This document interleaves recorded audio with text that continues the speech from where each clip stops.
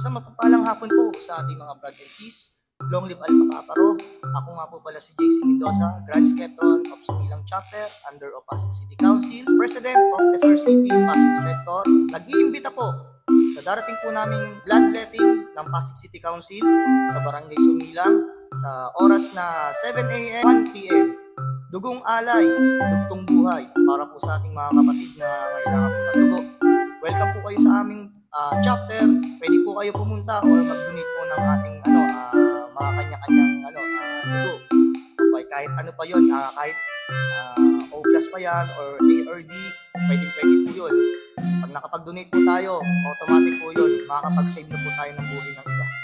So yun po, iniimbitahan ko po kayong lahat na makihilahok. Bradman po or sis, welcome na welcome po sa aming barangay, sa aming chapter.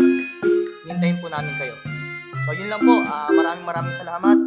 Ako nga po pala si JC Mendoza, Sumilang Chapter under of Pasig City Council, kay Chairman Victorio Henyo, at syempre sa aming SRCP family, main, Pasig Sector, at sa lahat po ng sector. Nag-iimbita po ako sa inyo. Yun lang po, maraming salamat.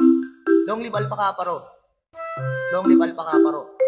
Long live Alpha Kappa Rho. Magandang hapon po.